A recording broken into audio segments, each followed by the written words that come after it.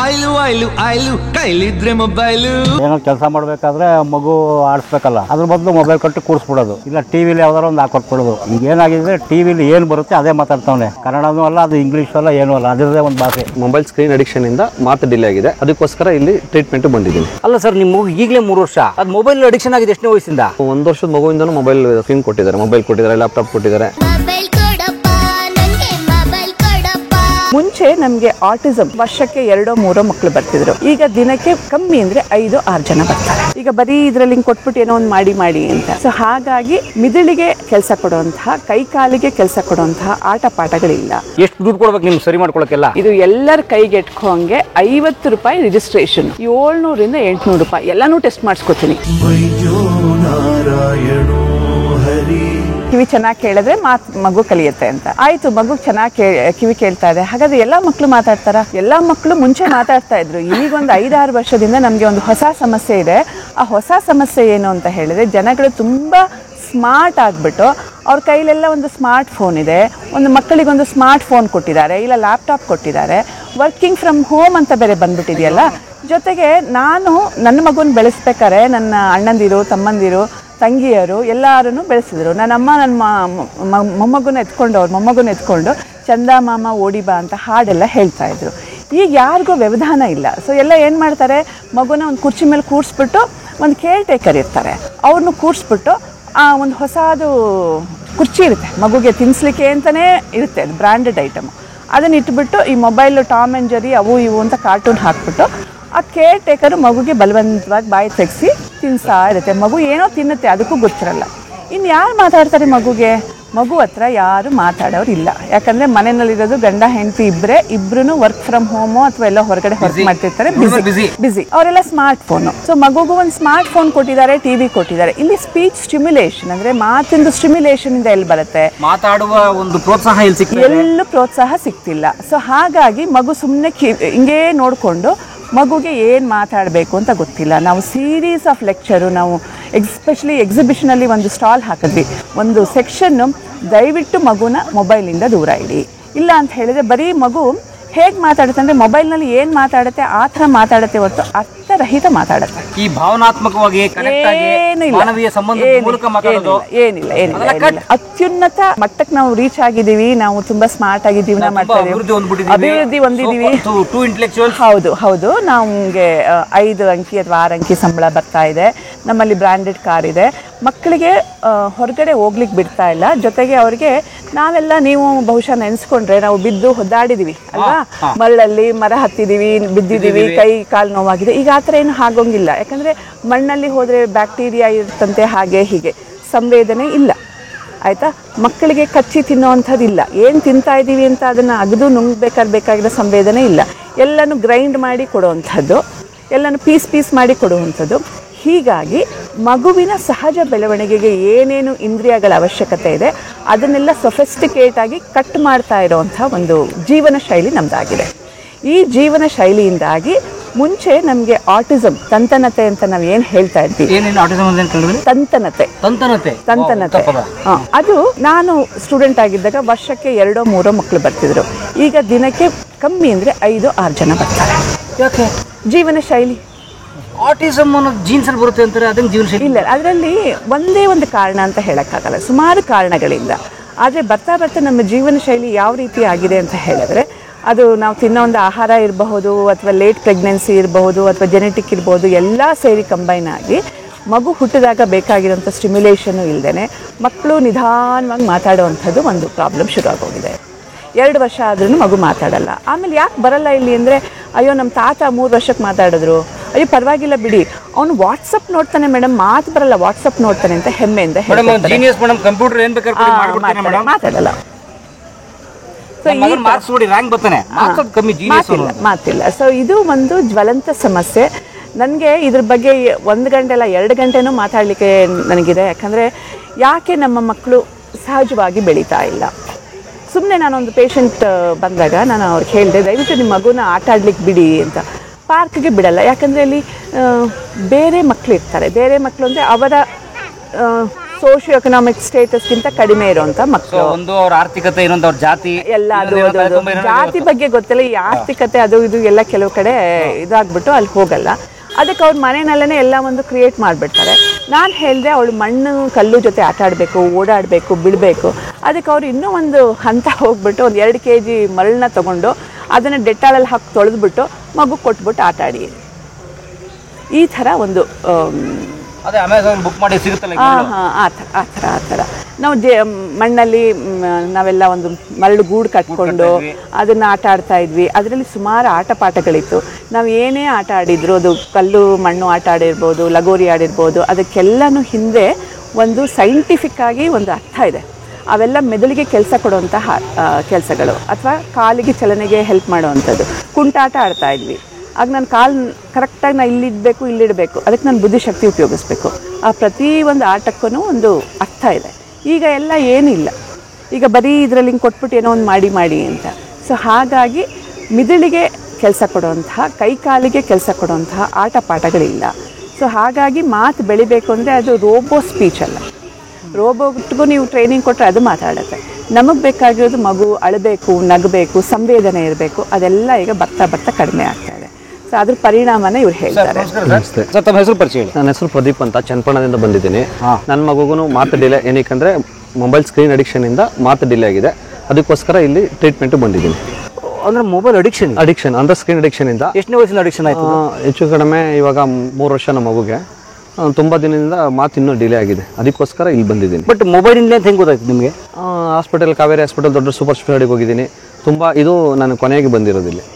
ತುಂಬ ಹಾಸ್ಪಿಟಲ್ ಹೋಗಿ ಎಲ್ಲ ಡಾಕ್ಟರ್ ಹತ್ರ ನೋಡಿ ಆಮೇಲೆ ಇಲ್ಲಿ ಬಂದಿದ್ದೀನಿ. ಅಲ್ಲ ಸರ್, ನಿಮ್ಮ ಮಗು ಈಗಲೇ 3 ವರ್ಷ, ಅದು ಮೊಬೈಲ್ ಅಡಿಕ್ಷನ್ ಆಗಿದೆ ಎಷ್ಟನೇ ವಯಸ್ಸಿಂದ? ತುಂಬ ಅವರು ಚಿಕ್ಕ 1 ವರ್ಷದ ಮಗುವಿಂದನೂ ಮೊಬೈಲ್ ಸ್ಕ್ರೀನ್ ಕೊಟ್ಟಿದ್ದಾರೆ, ಮೊಬೈಲ್ ಕೊಟ್ಟಿದ್ದಾರೆ, ಲ್ಯಾಪ್ಟಾಪ್ ಕೊಟ್ಟಿದ್ದಾರೆ. ಹಾಗಾಗಿ ಮಾತು ಡಿಲೇ ಆಗಿದೆ. ಹೌದಾ? ಅದಕ್ಕೂ ಸಂಬಂಧ ಇದೆ. ಇವತ್ತು ಮಕ್ಕಳು ಮಾತಾಡೋದಕ್ಕೆ ಮೇಜರ್ ಇಶ್ಯೂ ಇದೆ ಸ್ಕ್ರೀನ್ ಅಡಿಕ್ಷನ್. ಊಟ ಮಾಡೋಕ್ಕಾಗಲಿ ಎಲ್ಲದಕ್ಕೂ ಡಿಪೆಂಡ್ ಆಗ್ಬಿಟ್ಟವ್ರು. ಈಗ ಎಲ್ಲ ಪೋಷಕರು ಏನು ಮಾಡಿದ್ದಾರೆ, ಮೊಬೈಲ್ನ ಮಕ್ಕಳಿಗೆ ಅದು ಡಿಪೆಂಡ್ ಮಾಡಿಬಿಟ್ಟಿದ್ದಾರೆ. ಊಟ ಮಾಡ್ಸೋಕ್ಕಾಗಲಿ ಪ್ರತಿಯೊಂದಕ್ಕೂ ಮೊಬೈಲ್. ಅದೊಂದು ಬಿಟ್ಟರೆ ಆಟೋಮೆಟಿಕ್ಕಾಗಿ ಹಿಂದೆ ಜೀವನ ಶೈಲಿ ಇದ್ದಂಗೆ ಯೂಸ್ ಮಾಡಿದ್ರೆ ತೊಂದರೆ ಇಲ್ಲ. ಈ ಮೇಜರ್ ಈ ಪ್ರಾಬ್ಲಮ್ 99% ಬರೋದು ಸ್ಕ್ರೀನ್ ಅಡಿಕ್ಷನಿಂದ. ಈಗ ಪರವಾಗಿಲ್ಲ ನಿಮಗೂ? ಅಲ್ಲ, ಈಗ ಟ್ರೀಟ್ಮೆಂಟ್ ಶುರು ಮಾಡ್ತಿದ್ವಿ, ಪರವಾಗಿಲ್ಲ. ಅಂದರೆ ಈಗ ನೆಕ್ಸ್ಟ್ 6 ಮಂತ್ ಕೋರ್ಸ್ ಥೆರಪಿ ಹೇಳಿದ್ದಾರೆ. ಆ ಥೆರಪಿ ಮುಗಿಸಿದ್ರೆ ತೊಂದರೆ ಇಲ್ಲ, ನಾರ್ಮಲ್ ಬರ್ಬೋದು. ಇನ್ನೇನಾದ್ರು ಡಿಲೇ ಮಾಡಿದ್ರೆ ತುಂಬ ಮುಂದಕ್ಕೆ ಸಮಸ್ಯೆ ಆಗುತ್ತೆ.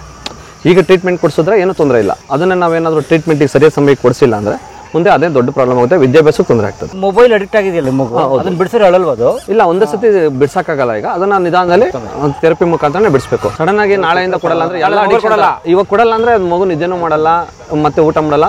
ಅದಕ್ಕೆ ಒಂದೇ ಸರಿ ಬಿಡ್ಸಕ್ಕಾಗಲ್ಲ. ಆಟೋಮೆಟಿಕ್ ಆಗಿ ನಾವು ಒಂದೊಂದು ಸ್ವಲ್ಪನೇ ಕಡಿಮೆ ಮಾಡಬೇಕು. ಈಗ ಅದೇ ಅಡಿಕ್ಷನ್ ಇದ್ರೂ ಕೂಡ ಯಾರು ಒಂದೇ ಸರಿ ಬಿಡೋಕ್ಕಾಗಲ್ಲ. ಇದು ಹಂಗೇನೆ ಸ್ವಲ್ಪ ಥೆರಪಿ ಮುಖಾಂತರನೇ ನಾವು ಬಿಡಿಸ್ಬೇಕಿದ್ನ. ಹುಷಾರಾಗಲಿ ಬೇಗ. ನಿಮ್ಮ ಮಗು ಚನ್ನಪಟ್ಟಣ ಗೊಂಬೆನಾಡ್ನವರು ಮಗುರು ಗೊಂಬೆ ಮಾಡಿ ಇಟ್ಬಿಟ್ಟವ್ರೆ. ಗೊಂಬೆನೇ ಕರ್ಮಕಾಂಡ. ನಿಮ್ಮ ಮಗು ನಮ್ಮ ಎಷ್ಟು ಏಜು? 2 ವರ್ಷದ ಮೇಲೆ 10 ತಿಂಗಳು. ಏನು ನಿಮ್ಮ ಮಗು ಹೆಸರು? ಯದುವೀರ್ ಅಂತ. ಯಾವ ಊರ್ನವ್ರು ನೀವು? ಬಿಳ್ಕೆರೆ. ಇಲ್ಲದು ಬಿಳ್ಕೆರೆ. ಓ, ಇಲ್ಲೇ. ಹಾಂ. ಏನು ಪ್ರಾಬ್ಲಮ್ ನಿಮ್ಮ ಮಗುವೆ? ಅದೇ 2 ವರ್ಷ ಮೇಲೆ 10 ತಿಂಗಳು. ಅಮ್ಮ ಅಪ್ಪ ಅಂತಾನೆ ವರ್ಡ್ಸ್ ಕೂಡಿಸಿ ಮಾತಾಡೋಕೆ ಬರಲ್ಲ ಅಷ್ಟೆ. ಯಾಕೆ? ಮೊಬೈಲ್ ನೋಡಿ ಫೋನ್. ಅದೇ ಸರ್, ಈಗ ಊಟ ಮಾಡುವಾಗ ಮೊಬೈಲು ಬೇಕೇ ಬೇಕು ಅಂತಾನೆ. ಊಟ ತಿನ್ನಲ್ಲ ಅಂದರೆ ಇನ್ನು ಊಟನೇ ಮಾಡಲ್ಲ. ಮೊಬೈಲ್ ಇಲ್ಲ ಅಂದರೆ ಊಟನೇ ಮಾಡಲ್ಲ ಅಂತಾನೆ, ಅಳ್ತಾನೆ. ಈ ರೀತಿ ಕಾರಣಗಳು. ಬಟ್ ಯಾರು ಮೊಬೈಲ್ ಕೊಟ್ಟಿದ್ದು ಅವನಿಗೆ? ಮೊಬೈಲ್ ಅವನೇ ಹುಟ್ಟದಾಗ ಎತ್ಕೊಂಡ್ಬಂದಿದ್ದ? ಇಲ್ಲ, ಮೊಬೈಲ್ನಲ್ಲಿ ಕೊಳ್ಳಿಲ್ಲ ಅಂದರೆ ಇರ್ತದಲ್ಲ, ನಮ್ಮ ಹತ್ರ ಇರ್ತವಲ್ಲ ಮೊಬೈಲ್ಗಳು, ಅದು ಹಾಕ್ಕೊಳ್ಳೇಬೇಕು. ಆಮೇಲೆ ಗೇಮ್ಸ್ಗಳು ನೋಡಬೇಕು. ಈ ಥರದ ಪ್ರಾಬ್ಲಮ್ಗಳು ಬರ್ತವೆ. ಮಾತ್ರ ಪ್ರಾಬ್ಲಮ್ ಆಗೋದು.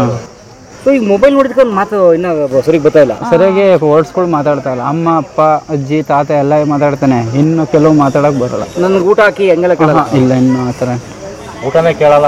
ಊಟನೇ ಕೇಳಲ್ಲ. ಮೊಬೈಲ್ ಕೊಟ್ಟರೆ ಊಟ. ನಿಮ್ಮ ಮೊಮ್ಮಗನ? ಆ ಮೊಮ್ಮಗು. ಇವ್ರು ನಿಮ್ಮ ಮಗಳ? ಆ ಮಗಳು. ಇವು ಏನಾಗಿದೆ, ಇವಳು ಏನೋ ಕೆಲಸ ಮಾಡಬೇಕಾದ್ರೆ ಮಗು ಆಡಿಸ್ಬೇಕಲ್ಲ, ಅದ್ರ ಬದಲು ಮೊಬೈಲ್ ಕೊಟ್ಟು ಕೂರಿಸ್ಬಿಡೋದು. ಇಲ್ಲ, ಟಿ ವಿಲಿ ಯಾವ್ದಾರು ಒಂದು ಹಾಕೊಟ್ಬಿಡೋದು. ಈಗ ಏನಾಗಿದೆ, ಟಿ ವಿಲಿ ಏನು ಬರುತ್ತೆ ಅದೇ ಮಾತಾಡ್ತಾವನೆ. ಕನ್ನಡನೂ ಅಲ್ಲ, ಅದು ಇಂಗ್ಲೀಷು ಅಲ್ಲ, ಏನೂ ಅಲ್ಲ, ಅದರದೇ ಒಂದು ಭಾಷೆ. ಯಾಕಂದ್ರೆ ಆ ಭಾಷೆ ಏನು ತಿಳ್ಕೊಳಕ್ಕೆ ಬರೋಲ್ಲ ಇವನಿಗೆ. ಸುಮ್ಮನೆ ಪಾಯ್ ಅಂತಂದ್ರೆ ಅದೇ ಥರ ಮಾತಾಡ್ತಾನೆ. ಇಲ್ಲ, ಅದಕ್ಕೆ ಇಲ್ಲಿ ತೋರ್ಸಕ್ಕೆ ಬಂದಿದ್ದೀವಿ ನಾವು. ನೀವು ವರ್ಕಿಂಗ್ ಅಮ್ಮ? ಇಲ್ಲ, ನೀವೇನು ಮಾಡ್ತೀರಾ? ನಾವು ಕಾರ್ಪೆಂಟ್ರು. ರಂಗನ ಮನೆ ದೇವರ ಕೋಣೆಯಲ್ಲಿ ಗಂಗಾ ಜಲ ಇಟ್ಟಿದ್ದೀನಿ, ಬೇಗ ಹೋಗಿ. ಒಂದಿಷ್ಟಂದು ಬಾಯಿಗೆ ಹಾಕೋ ಮಗು. ಸ್ನೇಹಿತರೆ, ನೀವು ಇಲ್ಲಿ ನೋಡ್ತಿರಲ್ಲ ಈ ಮಹಾನ್ ಚೇತನ, ಇವ್ರು ಯಾರೋ ಅಲ್ಲ ಸ್ನೇಹಿತರೆ, ರಾಮೇಶ್ವರಿ ವರ್ಮಾ ಅಂತ ಹೇಳಿ ಕನ್ನಡ ನಾಡು ಕಂಡಂತಹ ಬಹಳ ಬಹಳ ಬಹಳ ದೊಡ್ಡ ಕಲಾವಿದೆ. ಯಾಕೆ ಒತ್ತಿ ಹೇಳ್ತೇನೆ ಸ್ನೇಹಿತರೆ, ನೀವು ಚಿಗುರಿದ ಕನಸು ಸಿನಿಮಾ ನೋಡಿರಿ, ನಮ್ಮ ಶಿವರಾಜ್ ಕುಮಾರ್ ಅವರ ಅಭಿನಯ ಮತ್ತು ನಮ್ಮ ನಾಗಬಾಣ ಅವ್ರ ನಿರ್ದೇಶನದ್ದು. ಅದರಲ್ಲಿ ಅಜ್ಜಿ ಪಾತ್ರ ಮಾಡೋರು ಇವರೇ. ಶಂಕರ ಮನೆ ಕಟ್ಟು ಅಂತ ಹೇಳ್ತಿರ್ತಾರೆ. ಅಷ್ಟು ಮಾತ್ರ ಅಲ್ಲ, ಬೆಟ್ಟದ ಜೀವ ಮಾಡಿದ್ದಾರೆ. ಬಹಳ ಒಳ್ಳೊಳ್ಳೆ ಸಿನಿಮಾಗಳನ್ನ ಅವ್ರು ಮಾಡಿದ್ದಾರೆ. ನಾಯಿ ನೆರಳು, ಅದಕ್ಕಿಂತ ಬಹಳ ಮುಖ್ಯವಾಗಿ ಅವ್ರು ಬಹಳ ದೊಡ್ಡ ರಂಗಭೂಮಿ ಕಲಾವಿದರು, ಅವರು ನಾಟಕದ ಆರ್ಟಿಸ್ಟ್ ಅವರು. ನಮ್ ಶಂಭು ಸಿಕ್ಕಿದ್ರೆ ನಾನ್ ಕಾಯ್ತಿರ್ತೀನಿ ಅಂತ ಹೇಳ್ತೀಯ ಮಗು? ತಮ್ಮ ನೋಡಿ ಬಹಳ ಸಂತೋಷ ಆಯ್ತು ನಂಗೆ. ಸಂತೋಷ. ಹೇಗಿದ್ದೀರಿ? ಗೊತ್ತಾಗ್ಲಿ. ನಾನು ಪರಮೇಶ್ವರ ಅಂತ, ನಾನು ರಂಗಭೂಮಿಯವನೇ. ನಮಸ್ಕಾರ. ನನಗೆ ವಾಕ್ಶ್ರವಣ ಸಂಸ್ಥೆ ನಮ್ಮ ಡಾಕ್ಟರ್ ರತ್ನ ಸ್ನೇಹಿತದ ಆದ್ದರಿಂದ ನಮಗೆ ಮೊದಲು ನಮ್ಮ ಮೈಸೂರಿಗೆ ಬಂದಾಗಿನಿಂದನೂ ನನಗೂ ವಾಕ್ಶ್ರವಣ ಸಂಸ್ಥೆಗೂ ಬಹಳ ನಿಕಟ ಸಂಬಂಧ ಇದೆ. ಯಾಕೆಂದರೆ ಡಾಕ್ಟರ್ ರತ್ನ ಇದರ ಡೈರೆಕ್ಟರು, ನಮ್ಮ ಸಮತಂತ್ರವನ ಫೌಂಡರು, ನಾನು ಸಮತಂತ್ರವನ ಆರ್ಟಿಸ್ಟು. ಆದ್ದರಿಂದ ಹೀಗಾಗಿ ಅದೇ ಸರಸ್ವತಿಪುರಂ ತೆಂಗಿನ ತೋಟ. ನಾವೆಲ್ಲ ರತ್ನ ಅವ್ರು ಹುಟ್ಟಾಕಿದ್ದು. ನಾನು ಮೈಸೂರಿಗೆ ಬಂದಮೇಲೆ ಅದ್ರ ಜೊತೆ ಸುಮಾರು ನಾಟಕಗಳು ಮಾಡಿದೆ ಒಂದು. ಹಾಗಾಗಿ ರತ್ನ ಅವ್ರ ಕಡೆ ನಾಟಕ ಕೂಡ ನಾವು ಒಟ್ಟಿಗೆ ಮಾಡಿದ್ದು. ನಾನು ಅವರು ಸಿಂಗಾಪುರಿಂದ ಒಟ್ಟಿಗೆ ಬಂದ್ವಿ. ಜೂನ್ 16 19ಕ್ಕೆ ಅವರು ಬೆಟ್ಟ ಅಂತ ಹೋಗ್ಬಿಟ್ರು. ಆವಾಗ ನಾವು ನಾಟಕ ಮಾಡೋ ಇದು ಉದ್ದೇಶ ಇತ್ತು. ಈಗ ನನಗೆ ಹೆಂಗೆ ಪರಿಚಯ ಅಂತಂದರೆ, ರತ್ನ ಅವರು ಅನೇಕ ಕಲಾವಿದರನ್ನ ಹುಟ್ಟಾಕಿದ್ದಾರೆ. ಡಾಕ್ಟರ್ ಇಂದಿರಾ ಇದ್ದಾರೆ, ಆಮೇಲೆ ಬಸವರಾಜ್ ಇದ್ದಾರೆ, ವಿಜಯಲಕ್ಷ್ಮಿ ಅವರು ಕೂಡ ಇಲ್ಲಿನ ಆಯುಷ್ ನಾಟಕ ಮಾಡ್ತಾಯಿದ್ರು. ಹಾಗಾಗಿ ಇದು ಮತ್ತೆಲ್ಲಕ್ಕಿಂತ ನನಗೆ ಇಲ್ಲಿ ಇಷ್ಟ ಆಗೋದು ಅಂತಂದರೆ, ಇಲ್ಲಿ ಯಾರೇ ಬರಲಿ ಇಲ್ಲಿ ಬಹಳ ಚೆನ್ನಾಗಿ ನೋಡ್ಕೋತಾರೆ.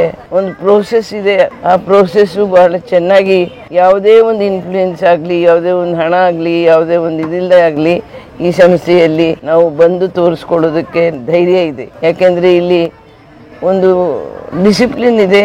ಬಹಳ ಸಂತೋಷ ಆಗುತ್ತೆ ಅಂದರೆ ಯಾವುದೇ ಭೇದ ಭಾವಗಳಿಲ್ಲದೆ, ಯಾವುದೇ ಭಾಷೆ ಆಗಲಿ, ಕಾಸ್ಟ್ ಆಗಲಿ, ದುಡ್ಡಾಗಲಿ ಯಾವುದು ಇಲ್ಲಿ ಆ ಥರದ ವರ್ಕ್ ಆಗೋದಿಲ್ಲ. ಇಲ್ಲಿ ಇನ್ಫ್ಲೂಯೆನ್ಸ್ ವರ್ಕ್ ಆಗೋದಿಲ್ಲ. ಎಲ್ಲರೂ ಸರಿ ಸಮಾನವಾಗಿ ನೋಡ್ಕೋತಾರೆ. ನಾನು ಇವತ್ತು ಕೂತ್ಕೊಂಡು ನೋಡ್ತಾ ಇದ್ದೆ, ಅವರು ಕ್ಯಾಂಪ್ಸ್ ಮಾಡೋರು. ಅವರು ಕ್ಯಾಂಪ್ಸ್ ಇದ್ದ ಹಾಗೆ ಎಷ್ಟೊಂದು ಜನಕ್ಕೆ ಈ ವಾಕ್ಶ್ರವಣ ಪ್ರಾಬ್ಲಮ್ ಇದೆ ಅಂತ ಗೊತ್ತಿದೆ. ಮತ್ತು ಗೊತ್ತೇ ಇರಲಿಲ್ಲ ಅಷ್ಟೊಂದು ಜನಕ್ಕೆ ಪ್ರಾಬ್ಲಮ್ಸ್ ಇದೆ ಅಂತ. ಈ ಥರದ್ದು ಹಳ್ಳಿಯಲ್ಲಿ ಕ್ಯಾಂಪ್ ಮಾಡಿದಾಗಿನಿಂದ ಎಷ್ಟು ಜನ ಮಕ್ಕಳನ್ನ ಕರ್ಕೊಂಬರ್ತಾರೆ, ಎಷ್ಟು ಜನ ಸ್ವಲ್ಪ ವಯಸ್ಸಾದವ್ರು ಕೂಡ ಬರ್ತಾರೆ. ಎಲ್ರಿಗೂ ಇಲ್ಲಿ ಒಂದೇ ಸರಿ ಸಮನಾದ ಟ್ರೀಟ್ಮೆಂಟ್ ಕೊಟ್ಟು ಎಲ್ರಿಗೂ ಆ ಮಕ್ಕಳಿಗೆ ಸ್ಕೂಲ್ ಮಾಡಿ, ಅವರಿಗೆ ಇಲ್ಲಿ ಅವರು ತಾಯಿ ತಂದೆ ಉಳ್ಕೊಳ್ಳೋದಕ್ಕೋಸ್ಕರ ಜಾಗ ಮಾಡಿ ಎಷ್ಟೊಂದು ಮಾಡಿದ್ದಾರೆ. I think this A model institution. ಯಾವುದೇ ಸರ್ಕಾರಿ ಇನ್ಸ್ಟಿಟ್ಯೂಷನಲ್ಲಿ ಮಾಡೆಲ್ ಇನ್ಸ್ಟಿಟ್ಯೂಷನ್ ಇದು. ಎಲ್ಲ ಆಸ್ಪತ್ರೆಗಳು ಈ ಥರ ಇದ್ಬಿಟ್ಟಿದ್ರೆ, ನಮಗೆ ಎಲ್ಲ ಲರ್ನಿಂಗ್ ಹಾಸ್ಪಿಟಲ್ಸು ಈ ಥರ ಇದ್ದರೆ ಎಷ್ಟು ಚೆಂದ ಅಂತ ನನಗೆ ಸಂತೋಷ ಅನಿಸುತ್ತೆ. ಅಷ್ಟು ಒಂದು ಮಾಡೆಲಾಗಿ ಡೆವಲಪ್ ಮಾಡಿದ್ದಾರೆ. ಇಲ್ಲಿ ಎಲ್ಲರೂ ಒಂಥರ ಫ್ರೆಂಡ್ಲಿಯಾಗಿರ್ತಾರೆ. ಮಕ್ಕಳು ಅಂತ ವಾತಾವರಣ ಕೂಡ ಎಷ್ಟು ಚೆನ್ನಾಗಿ ಮಾಡಿದ್ದಾರೆ ನೋಡಿ. ಗಿಡಗಳು, ಇದು ಎಲ್ಲನೂ ಮಕ್ಕಳು ಬಂದರೆ ಸಂತೋಷ ಪಟ್ಕೋಬೇಕು. ಇಲ್ಲಿಗೆ ಅವರು ಕಷ್ಟ ಇಲ್ಲದೆ ಇಲ್ಲಿ ಟ್ರೀಟ್ಮೆಂಟ್ ತೊಗೊಂಡು ಹೋಗ್ತಾರೆ. ನನಗೆ ಅದಕ್ಕೆ ತುಂಬ ಸಂತೋಷ ಆಯಿತು. ನನಗೆ I am very proud to be associated with this institute. ಭಾಳ ಧನ್ಯವಾದ ತಮಗೆ, ಭಾಳ ಧನ್ಯವಾದ. ಎಷ್ಟಾಯ್ತು ತಮ್ಗೆ ಏಜ್? ಈಗ 89 ಆಗುತ್ತೆ. ರತ್ನ ನನಗಿಂತ 1 ವರ್ಷ ದೊಡ್ಡವರು. ಡಾಕ್ಟರ್ ರತ್ನ ಅವರು ಈ ಇನ್ಸ್ಟಿಟ್ಯೂಟಲ್ಲಿ ಒಂದು ರೀತಿಯ ಪರಂಪರೆ ಹುಟ್ಟಾಕಿದ್ದಾರೆ. ಯಾವ ಪರಂಪರೆ ಅಂತ, ಎಲ್ರೂ ಸಮಾನರಾಗಿ ಕಾಣೋದೊಂದು, ವರ್ಕ್ ಇಸ್ ವರ್ಷಿಪ್ ಅನ್ನೋ ಒಂದು ಪರಂಪರೆ. ಮೂರನೇದು ಒಂದು ಎಲ್ಲರನ್ನೂ ಮಾನವೀಯತೆಯಿಂದ, ಮಾನವರಾಗಿ ಮಾನವತೆಯಿಂದ ದೃಷ್ಟಿಯಿಂದ ನೋಡಿ ಎಲ್ರಿಗೂ ಸಹಾಯ ಮಾಡುವಂಥ ಸಂಸ್ಥೆ. ಹೇಳಿದ ವರ್ಕ್ ಇಸ್ ವರ್ಕ್ಶಿಪ್ ಅನ್ನೋದನ್ನು ಹೇಳಿಕೊಟ್ಟಿದ್ದಾರೆ ಅವರು, ವಿಚ್ ಇಸ್ ವೆರಿ ಇಂಪಾರ್ಟೆಂಟ್. ನಮಸ್ಕಾರ ಎಲ್ರಿಗೂ ನಮಸ್ಕಾರ. ಒಂದ್ಸಲ ನೋಡ್ಕೊಂಡ್ ಬಂದ್ರೆ ನಿಂಗೆ ಕೆಂತ ಆಗ್ತು, ಆಗಿದ್ರೆ ಆನು ಬಂದ್ಬಿಡ್ತಿದ್ದಿ. ಮೇಡಮ್ ಹೋಗೋಣ ಈಗ ಅಲ್ಲಿ ಬಂದು ಓರಿಯೆಂಟೇಷನ್ ಕೊಟ್ವಿ. ಪೇಷಂಟ್ಗಳಿಗೆಲ್ಲ ಅರ್ಥ ಆಯ್ತು, ಇಷ್ಟು ದುಡ್ಡು ಕೊಡಬೇಕು ನಮ್ಗೆ, ಈ ತರ ಇಲ್ಲಿ ಚಿಕಿತ್ಸೆ ಕೊಡ್ತಾರೆ ಅಂತ ಹೇಳಿ ಈಗ ಅವ್ರನ್ನ ಒಳಗಡೆ ಕರ್ಕೊಂಡು ಹೋಗ್ತೀವಿ. ನೀವು ದುಡ್ಡಿನ ವಿಚಾರ ತೆಗೆದು ಕೇಳ್ಬಿಡ್ತೀನಿ. ಜನ ಅದನ್ನೇ ಫಸ್ಟ್ ಕೇಳೋದು ಕಮೆಂಟಲ್ಲಿ. ಎಷ್ಟು ದುಡ್ಡು ಕೊಡ್ಬೇಕು ನಿಮ್ಗೆ ಸರಿ ಮಾಡ್ಕೊಳಕ್ಕೆಲ್ಲ? ಹೌದಲ್ವಾ, ಇದು ಎಲ್ಲಾರ್ಗುನು ಅಂದ್ರೆ ಇಷ್ಟು ದೊಡ್ಡ ಸಂಸ್ಥೆ ಇದೆ. ಈಗ ಇಲ್ಲಿಗೆ ಹೋಗ್ಬೇಕು ಅಂತ ಹೇಳಿದ್ರೆ ನಾವು ಲಕ್ಷಾಧೀಶ್ವರ ಆಗಿರ್ಬೇಕು, ದುಡ್ಡು ಇಟ್ಕೊಂಡಿರ್ಬೇಕು. ಖಂಡಿತ ಅಲ್ಲ, ಇದು ಎಲ್ಲರ ಕೈಗೆ ಎಟ್ಕೋಂಗೆ 50 ರೂಪಾಯಿ ರಿಜಿಸ್ಟ್ರೇಷನ್. ಆಯ್ತಾ? ಮತ್ತೆ ಇಲ್ಲಿ ಏನೇನು ಸೌಲಭ್ಯಗಳಿದೆ ಎಲ್ಲಾನು ಟೆಸ್ಟ್ ಮಾಡಿಸ್ಕೊತೀನಿ ಅಂದರೆ 700 ರಿಂದ 800 ರೂಪಾಯಿ ಎಲ್ಲಾನು ಟೆಸ್ಟ್ ಮಾಡಿಸ್ಕೊತೀನಿ. ಮಾತಿಂದು ಟೆಸ್ಟ್ ಮಾಡಿಸ್ಕೊತೀನಿ, ಕಿವಿನೂ ಮಾಡ್ಕೊತೀನಿ, ಎಲ್ಲಾನು 700-800 ರೂಪಾಯಿ ಆಗುತ್ತೆ. ಸೊ 1000 ಇಟ್ಕೊಂಡು ಬಂದರೆ ಎಲ್ಲ ಪ್ರಾಬ್ಲಮ್ ಏನಂತ ಗೊತ್ತಾಗ್ಬಿಡುತ್ತೆ, ಎಲ್ಲ ಗೊತ್ತಾ. ಆಮೇಲೆ ಚಿಕಿತ್ಸೆಗೆ ಎಷ್ಟು? ಚಿಕಿತ್ಸೆಗೆ ತರಬೇತಿಗೆ ಬನ್ನಿ ಅಂತ ಹೇಳ್ತೀವಿ. ಅವರು ದಿನ ಮಗುನ ಕರ್ಕೊಂಡು ಬರಬೇಕು. ಅದಕ್ಕೆ ಇಲ್ಲಿ 1 ತಿಂಗಳಿಗೆ 150 ರೂಪಾಯಿ 150 ರೂಪಾಯಿ 1 ತಿಂಗಳಿಗೆ. ಅಂದರೆ 20 ದಿನ ಅವ್ರು ಬರ್ತಾರಲ್ಲ, ಅಂದರೆ ಫಾರ್ ದ ಟ್ರೈನಿಂಗ್. ಈಗ 30 ದಿನದಲ್ಲಿ 10 ದಿನ ಶನಿವಾರ ಭಾನುವಾರ ಹೊರಟೋಯ್ತು, ಮಿಕ್ಕಿದ 20 ದಿನ ಅದಕ್ಕೆ ಅವರು 150 ರೂಪಾಯಿ ಕೊಡಬೇಕು. ಇದೇ ಅವರು ಹೊರಗಡೆ ತಗೊಳ್ತೀನಿ ಅಂದರೆ 1 ಸೆಷನ್ಗೆ 1000 ರೂಪಾಯಿ ಹೊರಗಡೆ. ಪ್ರೈವೇಟ್ ಸೆಕ್ಟರ್ ಮೇಡಮ್, ತಿಂಗಳಿಗೆ 150 ಅಷ್ಟೇ ತಿಂಗಳಿಗೆ ಅಷ್ಟೇ, ಒಂದು ಸೆಷನಿಗಲ್ಲ. ಇಲ್ಲ. ಸೊ ನಿಮಗೆ ಈ ಚಿಕಿತ್ಸೆ ವಿಭಾಗಕ್ಕೆ ಅಂತ ಹೇಳಿ ನಮ್ಮ ಸಹೋದ್ಯೋಗಿ ಡಾಕ್ಟರ್ ಸ್ವಪ್ನ ಅಂತ ಇದ್ದಾರೆ. ನೀವು ಡಾಕ್ಟರ್ ಸ್ವಪ್ನ ಅವ್ರ ಬಗ್ಗೆ ಹೇಳಬೇಕು ಅಂತ ಹೇಳಿದ್ರೆ, ಈಗ ನಾವೆಲ್ಲ ಊಟ ಮಾಡಿಬಿಟ್ಟು ಖುಷಿಯಿಂದ ಊಟ ಆಯಿತು ನುಂಗುತ್ತೀವಿ. ಎಷ್ಟೊಂದು ಜನ ಪೇಷಂಟ್ಸ್ಗಳಿಗೆ ನುಂಗೋಕ್ಕೆ ಸಮಸ್ಯೆ ಇರುತ್ತೆ. ಊಟ ನುಂಗಕ್ಕೆ ನಾನು ಡಾಕ್ಟರ್ ಸ್ವಪ್ನ ಅಂತ ಇಲ್ಲಿ ಈ ಸಂಸ್ಥೆಯಲ್ಲಿ ಪ್ರೊಫೆಸರ್ ಆಗಿ ಕೆಲಸ ಮಾಡ್ತಾ ಇದ್ದೀನಿ, ಪ್ರೊಫೆಸರ್ ಆಫ್ ಸ್ಪೀಚ್ ಪೆಥಾಲಜಿ. ಈ ಸಂಸ್ಥೆಯಲ್ಲಿ ಒಂದು ಮುಖ್ಯ ವಿಭಾಗ ಯಾವುದು ಅಂತಂದರೆ ಚಿಕಿತ್ಸಾ ಸೇವಾ ವಿಭಾಗ. ಯಾವುದೇ ಪೇಷಂಟು ಇಲ್ಲಿ ಬರೋ ಎಲ್ಲ ಪೇಷಂಟು ಫಸ್ಟ್ ಬರೋದು ಈ ವಿಭಾಗಕ್ಕೇನೆ. ಯಾಕೆಂದರೆ ಇಲ್ಲೇ ರಿಜಿಸ್ಟ್ರೇಷನ್ ಇದೆ, ನೋಂದಣಿ ಮಾಡಿಬಿಟ್ಟು ಫೈಲ್ ಮಾಡಿಸಿ ಆಮೇಲೆ ನಾವು ಅವ್ರಿಗೆ ಏನು ತೊಂದರೆ ಇದೆ, ಅವ್ರಿಗೆ ಕಿವಿ ತೊಂದರೆ ಇದೆಯಾ ಅಥವಾ ಮಾತಿನ ತೊಂದರೆ ಇದೆಯಾ, ಏನು ತೊಂದರೆ ಇದೆ ಅಂತ ಅದ್ರ ಪ್ರಕಾರ ನಾವು ವಿಭಿನ್ನ OPDs ಅಲ್ಲಿ ಡೈರೆಕ್ಟ್ ಮಾಡ್ತೀವಿ ಅವರವರ ಸಮಸ್ಯೆಗಳಿಗೆ ತಕ್ಕ ಹಾಗೆ. ಹೌದು. ಈಗ ಫಾರ್ ಎಕ್ಸಾಂಪಲ್ ಪೇಷಂಟ್ದು ಮೇನ್ ಕಂಪ್ಲೇಂಟ್ ಅವ್ರಿಗೆ ಕಿವಿ ಕೇಳಿಸ್ತಾ ಇಲ್ಲ ಅಂತ ಇದ್ದರೆ ಅವ್ರನ್ನ ಆಡಿಯಾಲಜಿ OPD ಕಡೆ ಕಳಿಸ್ತೀವಿ. ಅಲ್ಲಿ ಡೀಟೇಲ್ ಆಗಿ ಕೇಸ್ ಹಿಸ್ಟ್ರಿ ತಗೊಳ್ತಾರೆ. ಹಿಸ್ಟ್ರಿ ಅಂತಂದರೆ ಯಾವಾಗಿಂದ ನಿಮಗೆ ತೊಂದರೆ ಶುರುವಾಗ್ತಾ ಇದೆ, ಸಡನ್ ಆಗಿ ಶುರುವಾಗಿದೆಯಾ, ನಿಧಾನಕ್ಕೆ ಶುರುವಾಯಿತಾ, ಕಿವಿಯಲ್ಲಿ ಗುಗ್ಗೆ ಇದೆಯಾ, ನೋವಿದೆಯಾ, ಆ ಥರ ಕಂಪ್ಲೀಟ್ ಮೆಡಿಕಲ್ ಹಿಸ್ಟ್ರಿ ಮತ್ತು ಅವ್ರ ಪೇಷಂಟ್ ಹಿಸ್ಟ್ರಿ ತಗೊಳ್ತೀವಿ ಅಲ್ಲಿ. ಅದಾದಮೇಲೆ ENT ನಮ್ಮ ಈ ಸಂಸ್ಥೆ ಈ ವಿಭಾಗದಲ್ಲಿ ಏನು ಇಂಪಾರ್ಟೆಂಟ್ ಅಂತಂದರೆ ಇಲ್ಲಿ multi disciplinary team of professionals ಇಲ್ಲಿ ಕೂತ್ಕೊಂಡು ಅಸೆಸ್ ಮಾಡ್ತಾರೆ. ಸೊ ಮಲ್ಟಿ ಡಿಸಿಪ್ಲಿನರಿ ಟೀಮ್ ಅಂತಂದರೆ ಇದು ಬರೀ ಆಡಿಯಾಲಜಿಸ್ಟ್ ಅಂದರೆ ಶ್ರವಣ ತೊಂದರೆ ಇದ್ದರೆ ಬರೀ ಆಡಿಯಾಲಜಿಸ್ಟ್ದು ರೋಲ್ ಅಲ್ಲ ಇರೋದು, ಜೊತೆಯಲ್ಲಿ ENT ಡಾಕ್ಟರ್ದು ರೋಲು ತುಂಬ ಮುಖ್ಯ. ಸೊ ಕಿವಿ ಪರೀಕ್ಷೆಗೆ ಹೋಗೋಕ್ಕಿಂತ ಮುಂಚೆ ಕಿವಿ ಪರೀಕ್ಷೆ ಮಾಡೋದು ಆಡಿಯಾಲಜಿಸ್ಟು, ಶ್ರವಣ ತಜ್ಞರು. ಬಟ್ ಅದಕ್ಕಿಂತ ಮುಂಚೆ ಕಿವಿ ಕ್ಲಿಯರ್ ಇದೆಯಾ ಅಂತ ನೋಡೋರು ENT ಸ್ಪೆಷಲಿಸ್ಟ್. ಯಾಕೆಂದರೆ ಕಿವಿಯಲ್ಲಿ 3 ಭಾಗ ಇದೆ, ಆ 3 ಭಾಗದಲ್ಲಿ ಯಾವುದೇ ಭಾಗದಲ್ಲೂ ತೊಂದರೆ ಇರಬಹುದು. ಸೊ ಕಿವಿ ಮಧ್ಯ ಭಾಗ ಅಥವಾ ಕಿವಿ ಹೊರಗೆ ಇರೋ ಭಾಗದಲ್ಲಿ ಏನಾದ್ರು ತೊಂದರೆ ಇದ್ದರೆ ಅದನ್ನು ಚಿಕಿತ್ಸೆ ಮಾಡೋಕ್ಕೆ ENT ಡಾಕ್ಟರು ಮಾಡಬಹುದು.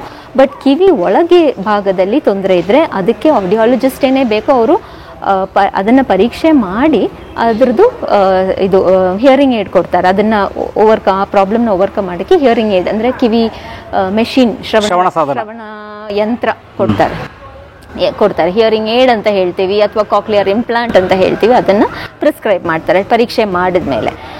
ಅದು ಒಂದು ಸೆಟ್ ಆಫ್ ಪೇಷಂಟ್ಸ್. ಹಾಗೆ ಇನ್ನೊಂದು ಸೆಟ್ ಆಫ್ ಪೇಷಂಟ್ಸ್ ಇಲ್ಲಿ ಯಾರು ಬರ್ತಾರೆ ಅಂತಂದರೆ ಅವ್ರಿಗೆ ಮಾತಿನ ಸಮಸ್ಯೆಗಳಿರುತ್ತೆ. ಅವ್ರಿಗೆ ಧ್ವನಿ ತೊಂದರೆ ಆಗಲಿ ಅಥವಾ ಮಾತು ಹೊರಡೋ ಅಂದರೆ ಆ ಮಾತಿನ ಫ್ಲೋ ತೊದಲು ಅಂತ ಹೇಳ್ತೀವಿ, ಆ ಥರ ತೊಂದರೆ ಆಗಲಿ, ಅಥವಾ ಉಚ್ಚಾರಣೆ ಅಸ್ಪಷ್ಟತೆ ಆ ತೊಂದರೆ ಆಗಲಿ, ಅಥವಾ ಕೆಲವು ಮಕ್ಕಳಿಗೆ ಭಾಷೆನೇ ಇಲ್ಲ ಚಿಕ್ಕ ವಯಸ್ಸಿಂದನೂ. ಈಗ ಫಾರ್ ಎಕ್ಸಾಂಪಲ್ ಕಿವಿ ಕೇಳಿಸಲ್ಲ ಅಂತಂದರೆ ಆ ಮಕ್ಕಳಿಗೆ ಭಾಷೆನೂ ಇರೋದಿಲ್ಲ. ಒಂದೊಂದು ಅಕ್ಷರಗಳು, ಒಂದೊಂದು ಪದಗಳನ್ನು ಕಲಿಯೋಕ್ಕೆ ನ್ಯಾಚುರಲ್ ಆಗಿ ಹೇಗೆ ಮಕ್ಕಳು ಕಲಿತಾರೆ ಆ ಥರ ಕಲಿಯೋಕ್ಕೆ ಸಾಧ್ಯ ಇಲ್ಲ. ಯಾಕೆಂದರೆ ಅವ್ರು ಕೇಳಿಸ್ತಾ ಇಲ್ಲ ಅಲ್ವಾ. ಹಾಗಾಗಿ ಅವ್ರ ಮಾತು, ಅವ್ರ ಭಾಷೆ ಎಲ್ಲ ಹಿಂದಕ್ಕೆ ಹೋಗಿರುತ್ತೆ, ಅವ್ರಿಗೆ ಆ ಬೆಳವಣಿಗೆನೇ ಹಿಂದಕ್ಕೆ ಹೋಗಿರುತ್ತೆ. ಸೊ ಆ ಥರ ಮಕ್ಕಳು ಬರ್ತಾರೆ. ಸೆರೆಬ್ರಲ್ ಪಾಲ್ಸಿ ಅಂತ ಇನ್ನೊಂದು ಡಿಸಬಿಲಿಟಿ, ಅಂದರೆ ಮೋಟರ್ ಡಿಸಬಿಲಿಟಿ. ಅದು ಬ್ರೈನ್, ಮೆದುಳಲ್ಲಿ ಏನಾದ್ರು ತೊಂದರೆ ಇದ್ದರೆ ಆ ಮೆದುಳಿನ ತೊಂದರೆಯಿಂದ ಅವರಿಗೆ ಚಲನೆ, ನಡೆಯೋದು, ಮಾತಾಡೋದು ಎಲ್ಲನೂ ಕಷ್ಟ ಆಗಿರುತ್ತೆ. ಸೊ ಆ ಥರ ಒಂದು ಕ್ಯಾಟಗರಿ ಆಫ್ ಮಕ್ಕಳು ಕೂಡ ಬರ್ತಾರೆ. ಆಟಿಸಮ್ ಸ್ಪೆಕ್ಟ್ರಮ್ ಡಿಸಾರ್ಡರ್ ಅಂತ ಇತ್ತೀಚೆಗೆ ತುಂಬ ಜನ ಆಟಿಸಮ್ ಸ್ಪೆಕ್ಟ್ರಮ್ ಡಿಸಾರ್ಡರ್ ಇರೋರು ಇಲ್ಲಿ ಬರ್ತಾ ಇದ್ದಾರೆ. ಮತ್ತೆ ಕಲಿಕಾ ನ್ಯೂನತೆ ಅಂತ, ಲರ್ನಿಂಗ್ ಡಿಸಬಿಲಿಟಿ, ಆ ಥರ ಮಕ್ಕಳು ಬರ್ತಾರೆ. ಸೊ ಎಷ್ಟೊಂದು ಭಾಷೆ ತೊಂದರೆಗಳು, ಎಷ್ಟೊಂದು ವಿಪರೀತ ಕಾರಣದಿಂದ, ಅಂದರೆ ಬುದ್ಧಿಮಾಂದ್ಯತೆಯಿಂದನೂ ಭಾಷೆ ತೊಂದರೆ ಬರ್ಬೋದು, ಅಥವಾ ಸೀಳು ತುಟಿ, ಅಲ್ಲಿ ಅಕ್ಷರಗಳು ಸ್ಪಷ್ಟತೆ ಇಲ್ಲದೆ ಇರಬಹುದು. ಸೊ ಸುಮಾರು ಕಾರಣಗಳಿಂದ ಮಕ್ಕಳಿಗೆ ಮಾತು ಅಥವಾ ಭಾಷೆ ತೊಂದರೆ ಬರ್ತಾ ಇರುತ್ತೆ. ಸೊ ಆ ಥರ ಮಕ್ಕಳೆಲ್ಲ ಇಲ್ಲಿಗೆ ಬಂದು, ಮಕ್ಕಳು ಮಾತ್ರ ಅಂತ ಅಲ್ಲ, ಈವನ್ ಅಡಲ್ಟ್ಸ್ ಕೂಡ ಈ ಆಕ್ಸಿಡೆಂಟ್ ಆದ ತಕ್ಷಣ ಬ್ರೈನ್ ಇಂಜುರಿ ಆಗೋ ಚಾನ್ಸಸ್ ಇದೆ. ಬ್ರೈನ್ ಇಂಜುರಿ ಆದ ತಕ್ಷಣ ಇಮಿಡಿಯೇಟ್ ನಮ್ಮದು ಕೈಕಾಲು ಶಕ್ತಿ ಹೋಗೋ ಚಾನ್ಸ್ ಇದೆ, ಅಥವಾ ಈವನ್ ಮಾತು ಕೇಳಿಸ್ಕೊಳ್ಳೋ ಶಕ್ತಿ ಹೋಗುತ್ತೆ, ಮಾತು ಕೇಳಿಸ್ಕೊಳ್ಳೋ ಶಕ್ತಿ, ಭಾಷೆ ಎಲ್ಲ ಹೊಟ್ಟೋಗುತ್ತೆ. ಅಫೇಸಿಯಾ ಅಂತ ಹೇಳ್ತೀವಿ ಆ ಥರ ಕಂಡೀಷನ್ಗೆ. ಅದೇ ಸಮಯ ಪಾರ್ಕಿನ್ಸನ್ಸ್ ಡಿಸೀಸ್ ಇದ್ದರೆ, ಅಥವಾ ಬೇರೆ ಬೇರೆ ಮೆದುಳಿನ ಇನ್ಫೆಕ್ಷಸ್ ಕಂಡೀಷನ್ಸ್, ಡಿಜೆನರೇಟಿವ್ ಕಂಡೀಷನ್ಸ್ ಇದ್ದರೆ ಕೂಡ ಅಕ್ಷರಗಳ ಸ್ಪಷ್ಟತೆ ಎಲ್ಲನೂ ಅಫೆಕ್ಟ್ ಆಗಿಬಿಡುತ್ತೆ. ಸೊ ಈ ಥರ ಕಂಡೀಷನ್ಸ್ ಇರೋ ಎಲ್ಲ ಏಜ್ ಗ್ರೂಪಲ್ಲಿ ಸ್ಟ್ರೋಕಿಂದ ಮಾತು ಹೊಟ್ಟೋಗೋಕ್ಕೆ ಚಾನ್ಸ್ ಇದೆ. ಸೊ ಎಲ್ಲ ಕಂಡೀಷನಲ್ಲೂ ಇಲ್ಲಿ ಬರ್ತಾರೆ. ಸ್ಪೀಚ್ OPDಗೆ ಅಂಥ ಕೇಸಸ್ಗೆ ಡೈವರ್ಟ್ ಮಾಡ್ತೀವಿ. ಸ್ಪೀಚ್ ಮತ್ತು ಲ್ಯಾಂಗ್ವೇಜ್ ಅಂದರೆ ಮಾತು ಮತ್ತು ಭಾಷೆ ಪರೀಕ್ಷೆನ ಡೀಟೇಲ್ ಆಗಿ ಮಾಡಿದ್ಮೇಲೆ ನಾವು ಸ್ಪೀಚ್ ಥೆರಪಿ ರೆಕಮೆಂಡ್ ಮಾಡ್ತೀವಿ. ಸ್ಪೀಚ್ ಮತ್ತು ಲ್ಯಾಂಗ್ವೇಜ್ ಪರೀಕ್ಷೆ ಆದಮೇಲೆ ಇನ್ ಕೇಸ್ ಅವರಿಗೆ ಸೈಕಾಲಜಿಸ್ಟ್ ಅವಶ್ಯಕತೆ ಇದೆ ಅಂತ ನಮ್ಗೆ ಅಂದ್ಕೊಂಡ್ರೆ, ಅವ್ರಿಗೆ psychological problems like anxiety, depression ಅಥವಾ ಬುದ್ಧಿಮಾಂದ್ಯತೆ ಆ ಥರ ತೊಂದರೆ ಇದ್ದರೆ ನಾವು ಸೈಕಾಲಜಿಸ್ಟ್ಗೂ ರೆಫರ್ ಮಾಡ್ತೀವಿ. ಆ ಸೈಕಾಲಜಿಸ್ಟೂ ಈ ಡಿಪಾರ್ಟ್ಮೆಂಟಲ್ಲಿ ಇದ್ದಾರೆ. ENT surgeons, as I said earlier, ENT doctors ಇದ್ದಾರೆ. ಮತ್ತು ಫಿಸಿಯೋಥೆರಪಿಸ್ಟ್, ಆಕ್ಯುಪೇಷನಲ್ ಥೆರಪಿಸ್ಟ್, ಅಂದರೆ ನಾನು ಹೇಳೋದ್ನಲ್ಲ, ಸ್ಟ್ರೋಕ್ ಆದಮೇಲೆ ಹೆಮಿಪ್ಲೀಜಿಯಾ ಅಂದರೆ ಒಂದು ಕೈಕಾಲು ಶಕ್ತಿ ಹೊಟ್ಟೋಗ್ಬೋದು. ಸೊ ಆ ಥರ ಫಿಸಿಕಲ್ ಎಬಿಲಿಟೀಸ್ನ ಇಂಪ್ರೂವ್ ಮಾಡೋಕ್ಕೇನು ಫಿಸಿಯೋಥೆರಪಿಸ್ಟ್ ಅಸೆಸ್ಸು ಮಾಡ್ತಾರೆ, ಟೆಸ್ಟ್ ಮಾಡ್ತಾರೆ, ಅದಾದಮೇಲೆ ಥೆರಪಿನೂ ಮಾಡ್ತಾರೆ. ಕೈ ಸರಿಯಾಗಿ ತಿನ್ನೋಕ್ಕಾಗಲ್ಲ, ಪೆನ್ಸಿಲ್ ಇಟ್ಕೊಳ್ಳೋಕ್ಕಾಗಲ್ಲ, ಸ್ಮಾಲ್ ಮಸಲ್ ಫಂಕ್ಷನ್ ಕೂಡ ಆಕ್ಯುಪೇಷನಲ್ ಥೆರಪಿಸ್ಟ್ ನೋಡ್ತಾರೆ. ಸೊ ಆಕ್ಯುಪೇಷನಲ್ ಥೆರಪಿಸ್ಟು, ENT ಮತ್ತು ಬೇರೆ ಪ್ರೊಫೆಷ್ನಲ್ಸ್ ಲೈಕ್ ನ್ಯೂರಾಲಜಿಸ್ಟು, ಪೀಡಿಯಾಟ್ರಿಷಿಯನ್, ಮಕ್ಕಳ ಡಾಕ್ಟ್ರು ಮತ್ತು ಡಯಟಿಷಿಯನು ಎಲ್ಲರೂ ಇಲ್ಲಿ ಅವರೆಲ್ಲ medical professionals on consultant basis, weekly 2 visits, weekly 1 visit consultation ಮಾಡಿ ಹೋಗ್ತಾರೆ. ಸೊ ಹಾಗಾಗಿ ಇಲ್ಲಿ ಯಾರೇ ಬಂದ್ರೂ ಅವ್ರಿಗೆ ಎಲ್ಲ ರೀತಿಯ ಸ್ಪೆಷಲಿಸ್ಟ್ ಸರ್ವಿಸಸ್ ಕೂಡ ಒನ್ ರೂಫ್ ಕೆಳಗಡೆ ಅವ್ರಿಗೆ ಸಿಕ್ಬಿಡುತ್ತೆ. So that is the advantage of this, that's the main highlight of this department. ಸಾಮಾನ್ಯವಾಗಿ ಜನಗಳು ಸ್ಟ್ರೋಕ್ ಅಂತ ಬರ್ತದೆ, ಸ್ಟ್ರೋಕ್ ಆಗಿಬಿಡುತ್ತೆ ಅಂತ ಹೇಳ್ತಾರೆ. ತುಂಬ ಜನ ಸ್ಟ್ರೋಕ್ ಆಗಿದೆ, ಈ ಬಾಯಿ ಅಕ್ಷರಗಳ ಹಿಂಗೆ ಹೊಳ್ಕೊಂಡ್ಬಿಡುತ್ತೆ. ಹೊಡೆದಾಗ ನಾವು ಡಾಕ್ಟರ್ ಹತ್ರ ಹೋದಾಗ ಅವ್ರು ಹೇಳ್ತಾರೆ ಇದು ಸ್ಟ್ರೋಕ್ ಅಲ್ಲ ಅಂತಾರೆ. ನನಗೆ ಬಹಳ ಸಂತೋಷ ಆಯಿತು. ಏನಕ್ಕೆ ಸ್ಟ್ರೋಕ್ ಅಲ್ಲ, ದಿಸ್ ಇಸ್ ಬೆಲ್ಸ್ ಪಾಲ್ಸಿ ಅಂತಾರೆ. What is the difference between bells policy and stroke? ನಾವು ಎಷ್ಟೋ ಜನ ನಾವು ಅವೈಜ್ಞಾನಿಕವಾಗಿ ಸ್ಟ್ರೋಕ್ ಅಂದಕ್ಕೆ ನನ್ನ ಜೀವನ ಹೋಯ್ತು ಅಂತಾರೆ. ಬೆಲ್ಸ್ ಪಾಲ್ಸಿ ಅಂದ್ರೆ ಏನು? ಅದು ಲಕ್ವ ಥರನೇ ಇರುತ್ತೆ ಸಿಂಪ್ಟಮ್ಸ್, ಬಟ್ ಅದ್ರ ಬಗ್ಗೆ ಒಂದು ಮಾಹಿತಿ ಬೇಕು.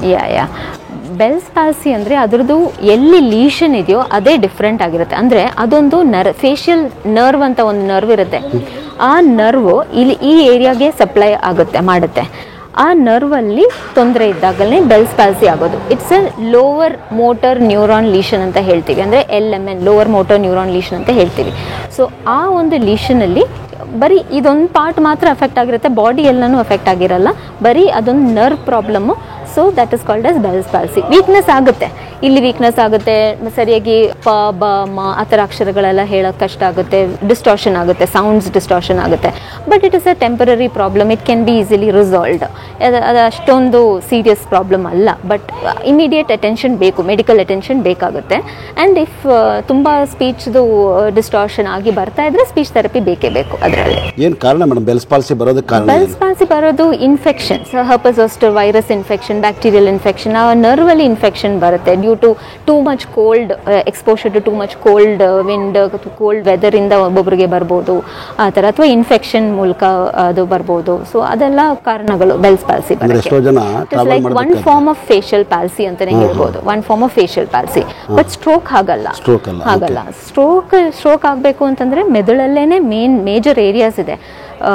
ಹೈಯರ್ ಕಾರ್ಟಿಕಲ್ ಸೆಂಟರ್ಸ್ ಅಂತ ಹೇಳ್ತೀವಿ, ಸಬ್ ಕಾರ್ಟಿಕಲ್ ಸೆಂಟರ್ಸ್ ಅಂತ ಹೇಳ್ತೀವಿ. ಸೊ ಆ ಲೋಬ್ಗಳಲ್ಲಿ ಅಥವಾ ಬೇಸಲ್ ಗ್ಯಾಂಗ್ಲಿಯಾ ಆ ಥರ ಸಬ್ ಕಾರ್ಟಿಕಲ್ ಸ್ಟ್ರಕ್ಚರ್ಸಲ್ಲಿ ಏನಾದ್ರು ಪ್ರಾಬ್ಲಮ್ ಇದ್ದರೆ ದೆನ್ ಸ್ಟ್ರೋಕ್ ಆಗುತ್ತೆ. ಆ್ಯಂಡ್ ದೆನ್ ಅಲ್ಲಿ ಏನಾಗುತ್ತೆ ಅಂದರೆ ಮಾತೂ ಹೊಟ್ಟೋಗುತ್ತೆ, ಕೈಕಾಲು ನಡೆಯೋ ಶಕ್ತಿನೂ ಹೊಟ್ಟೋಗುತ್ತೆ. And that is a long standing problem of course. ಅದಕ್ಕೆ ಸ್ಟ್ರೋಕ್ ಐಡೆಂಟಿಫೈ ಮಾಡೋದು ತುಂಬ ಇಂಪಾರ್ಟೆಂಟ್. ಆ್ಯಸ್ ಅರ್ಲಿ ಐಡೆಂಟಿಫಿಕೇಶನ್ ಅಂತ ಹೇಳ್ತೀವಿ. Within that golden period of 6 months ಒಳಗಡೆ ಅಸೆಸ್ಮೆಂಟು ಆಗಬೇಕು, ಥೆರಪಿನೂ ಆದಷ್ಟು ಆದರೆ ಬೆಸ್ಟ್ ಪ್ರೋಗ್ರೆಸ್ ಬರುತ್ತೆ ಅಂತ ಜನರಲ್ಲಿ. So that's why doctors are also constantly early identification ಮಾಡಿ ಅರ್ಲಿ ಥೆರಪಿ ತಗೊಳ್ಳಿ. Therapies, physio therapy, speech therapy, occupational therapy, ಇದೆಲ್ಲ ಥೆರಪೀಸ್ ಬೇಕು to get them back in to that original state. But it's long standing. And ಎಷ್ಟು deficit ಇದೆಯೋ depends on the extent of lesion in the brain. ತುಂಬ ಜಾಸ್ತಿ lesion ಅಂದರೆ wide spread lesion ಇದ್ದರೆ improvement ನಿಧಾನ ಆಗುತ್ತೆ, ಬಿಕಾಸ್ ಮೋರ್ ಸಿವಿಯರ್ ಪ್ರಾಬ್ಲಮ್ ಇರುತ್ತಲ್ಲ ಅವರಲ್ಲಿ. But if it's a small lesion and ತುಂಬ ಚೆನ್ನಾಗಿ ಪ್ರೋಗ್ರೆಸ್ ಮತ್ತು ತುಂಬ ಚೆನ್ನಾಗಿ ಫಾಲೋ ಅಪ್ ಮಾಡಿ ಥೆರಪಿ ಎಲ್ಲ ಅರ್ಲಿಯಾಗಿ ಇನಿಷಿಯೇಟ್ ಮಾಡಿ ಮಾಡ್ತಾ ಇದ್ದಾರೆ ಅಂತಂದರೆ then progress is achievable definitely. So it all depends. ಅಂದರೆ ನಾವು ಇನ್ನೊಂದು ಚಟಕ್ಕೆ ಅಡಿಕ್ಟ್ ಆಗಿಬಿಟ್ಟಿದ್ವಿ. ಸ್ನಾನ ಮಾಡಿದ ತಕ್ಷಣ ನಾವು ಇಯರ್ ಬಡ್ನ ಚುಚ್ಕೋಬೇಕು, ಆವಾಗ ನಮಗೆ ಮಜಾ ಸಿಗೋದು. ಅದು ಒಳ್ಳೆಯದ ಕೆಟ್ಟದ್ದಾದರೆ ಯಾಕೆ ಮೆಡಿಕಲ್ ಶಾಪಲ್ಲಿ ಇರ್ತಾರೆ. ನೀವು ಕೆಟ್ಟದ್ದು ಅಂತ ಹೇಳ್ತಾರೆ, ಹಾಕೊಂಡು ಏನು ಅದನ್ನೆಲ್ಲ ಅಪ್ಲೈ ಮಾಡಬೇಡಿ ಅಂತ. ನಾವು ಕೆಟ್ಟಿಗೆಲ್ಲ ಮಜಾ ತಗೊಬಿಡ್ತಾ ಇದ್ದೆ ಮೊದಲು. ಈಗ ಇಯರ್ ಬಡ್ ಮೇಲೆ ಮಜಾ ತಗೊಳ್ತೀವಿ. ಬಟ್ ಅದು ಮಾಡೋದಾದ್ರೆ ಮೆಡಿಕಲ್ ಶಾಪಲ್ಲಿ ಯಾಕೆ ಸಿಗುತ್ತೆ? ನನಗದು ಕಾನ್ಸೆಪ್ಟ್. ಅದರದ್ದು best person to answer will be an audiologist. ಅದು ನಾನು speech therapist, speech but then ನನಗೆ ಇನ್ಫಾರ್ಮೇಷನ್ ಇರೋ ಪ್ರಕಾರ ಅದು ಮಾಡಬಾರ್ದು ಅಂತಲೇ ಹೇಳ್ತಾರೆ. ಕಿವಿ ಒಳಗಡೆ ಏನೇ ಹಾಕಿದ್ರೂ ಕಿವಿ ತಮಟೆಗೆ ಏಟಾಗಬಹುದು, ಸೌಂಡ್ ಹೋಗೋ ದಾರಿನಲ್ಲಿ ಅದು ಸ್ವಲ್ಪ ಹಿಂದೆ ಇದ್ರೂ ಬಟ್ ಒಂದೊಂದ್ಸಲ ನಾವು ಗೊತ್ತಿಲ್ಲದೆ ಒಳಗೆ ಚುಚ್ಚಿಬಿಟ್ಟಿರ್ತೀವಿ. ಆಗ ಟಿಂಪ್ಯಾನಿಕ್ ಮೆಂಬ್ರೇನ್ ನಮ್ಮ ಕಿವಿ ತಮಟೆ ಡ್ಯಾಮೇಜ್ ಆಗೋಕ್ಕೆ ಚಾನ್ಸ್ ಇದೆ, ಟೇರ್ ಆಗೋಕ್ಕೆ ಚಾನ್ಸ್ ಇದೆ. ಅದಕ್ಕೆ ಅದು ಬೇಡ ಅಂತ ಹೇಳೋದು. ಸರ್, ನನ್ನ ಹೆಸರು ಮಲ್ಲಕ್ಕ ಅಂತ.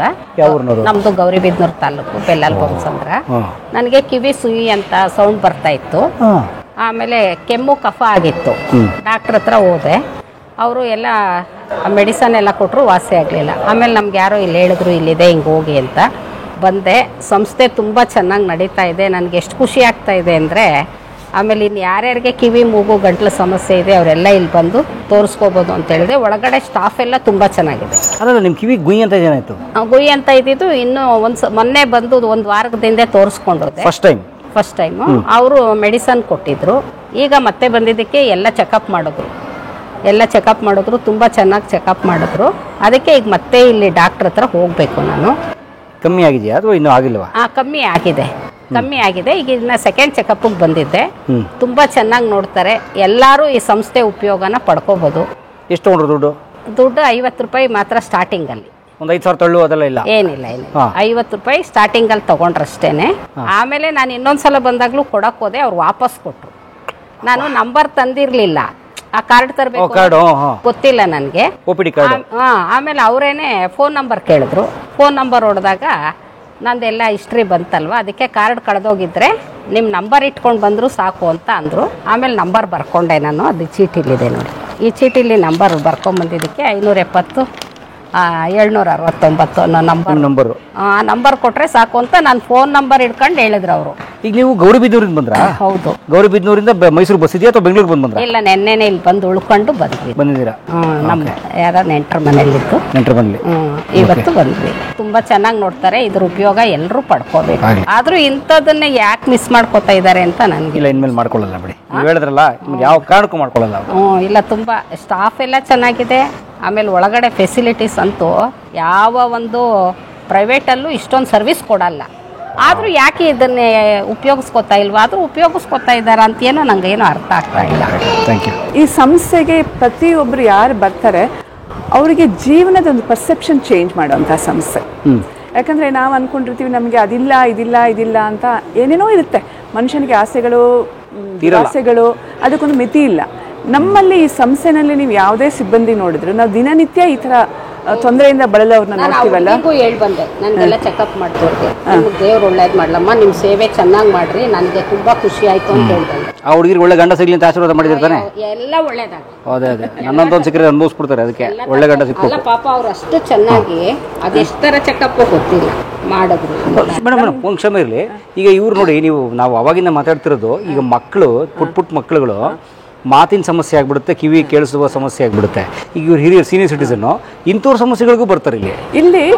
ಈಗ ಹುಟ್ಟಿರೋ ಮಗುವಿಂದ ಹಿಡಿದು ಅದು ಸೀನಿಯರ್ ಸಿಟಿಸನ್ ಹಿರಿಯ ಜೀವಗಳಿಗೂ ಯಾವಾಗಲಾದ್ರೂ ಒಂದಲ್ಲ ಒಂದು ರೀತಿ ಕಿವಿಗೆ ಸಂಬಂಧಪಟ್ಟ ತೊಂದರೆ, ಮಾತಿನ ಸಂಬಂಧಪಟ್ಟ ತೊಂದರೆ ಬರುತ್ತೆ.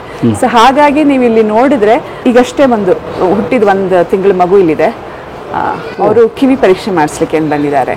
ಅಂದರೆ ವ್ಯಾಕ್ಸಿನೇಷನ್ ಎಷ್ಟು ಮುಖ್ಯನೋ ಹಾಗೆ ಕಿವಿ ಪರೀಕ್ಷೆ ಮಾಡಿಸ್ಕೊಳ್ಳೋದು ಮುಖ್ಯ. ಬೆಳೀತಾ ಏನಾಗುತ್ತೆ, ನಾವು ಈ ಜಾಸ್ ಮ್ಯೂಸಿಕ್ಕು, ಆ ಮ್ಯೂಸಿಕ್ಕು, ಅದು ಇದು ಕೇಳ್ಕೊಂಡು ಕಿವಿಗೆ ಶಬ್ದ ಮಾಲಿನ್ಯದಿಂದ ನಿನ್ನೆ noise awareness day. So so ಏನಂತ ಹೇಳಿದ್ರೆ ತುಂಬ ನಾಯ್ಸ್, ಪಟಾಕಿ ಶಬ್ದ ಅದು ಇದು ಅಂತೆಲ್ಲ ಮಾಡಿದ್ರೆ ಕಿವಿಗೆ ಬರ್ತಾ ಬರ್ತಾ ತೊಂದರೆ ಆಗ್ತಾ ಇದೆ. ಜೊತೆಗೆ ಇವ್ರು ಹೇಳಿದ್ರು ಕಿವಿನಲ್ಲಿ ಗುಯಿ ಅನ್ನೋ ಶಬ್ದ ಅಥವಾ ತಲೆ ಸುತ್ತೋದು, ಇದಕ್ಕೆಲ್ಲ ತೊಂದರೆಗೂ ಇಲ್ಲಿ ಪರಿಹಾರ ಸಿಗುತ್ತೆ. ನಾವು ಅನ್ಕೋತೀವಿ ಕಿವಿ ಕೇಳಲ್ಲ, ಇದೊಂದೇ ಕಿವಿಗೆ ಸಂಬಂಧಪಟ್ಟ ತೊಂದರೆ. ಖಂಡಿತ ಅಲ್ಲ. ಕಿವಿ ಕೇಳದೆ ಇರೋದು, ಕಿವಿನಲ್ಲಿ ಗುಗ್ಗೆ ತುಂಬ ತುಂಬಿಕೊಂಡಿರೋದು, ಕಿವಿನಲ್ಲಿ ಒಂದು ಕೀವ್ ಥರ ಬರುವಂಥದ್ದು, ಆಮೇಲೆ ಬೆಳೀತಾ ಬೆಳೀತಾ ಮಕ್ಕಳಿಗೆ ಏನಾಗುತ್ತೆ, ಮಾತು ಕೇಳತ್ತೆ ಅರ್ಥ ಮಾಡ್ಕೊಳಕ್ಕೆ ಬರಲ್ಲ, ಆ ಪ್ರಾಬ್ಲಮ್ ಇರ್ಬೋದು. ಇನ್ನು 40-45 ವರ್ಷ ಆದಮೇಲೆ ಹಿಯರಿಂಗ್ ಎಬಿಲಿಟಿ, ನಾವು ಶ್ರವಣ ಶಕ್ತಿ ಕ್ಷೀಣಿಸ್ತಾ ಬರುತ್ತೆ. ಈಗೆಲ್ಲ ನೀವು ನೋಡ್ಬೋದಲ್ಲ, 3 ಹೊತ್ತು ಫೋನ್ ಹಾಕೊಂಡು ಕೂತಿರ್ತಾರೆ, ಹೆಡ್ಫೋನ್ ಹಾಕೊಂಡು ಕೂತಿರ್ತಾರೆ. ಆ ಹೆಡ್ಫೋನಿಂದ ಅದು ನಾವು ಒಳಗಡೆ ಕರ್ಕೊಂಡು ಹೋಗ್ತಾ ತೋರಿಸ್ತೀನಿ ಯಾವ್ಯಾವ ಥರ ತೊಂದರೆ ಬರುತ್ತೆ ಅಂದ್ಬಿಟ್ಟು. ಹೆಡ್ಫೋನ್ ಇಲ್ಲದೆ ಜೀವನ ಇಲ್ಲ, ಆಯ್ತಾ? ಹೆಡ್ಫೋನ್ ಹಾಕೊಂಡು ಕಿವಿ ಗಾನ್ ಅಂದರೆ ಒಂದೇ ಸಲಕ್ಕೆ ಹೋಗಲ್ಲ, ಹೋಗುತ್ತೆ. ಅದಕ್ಕೆ ನೀವೆಲ್ಲ ಎಕ್ಸೆಪ್ಟ್ ಮಾಡ್ಕೋಬೇಕು.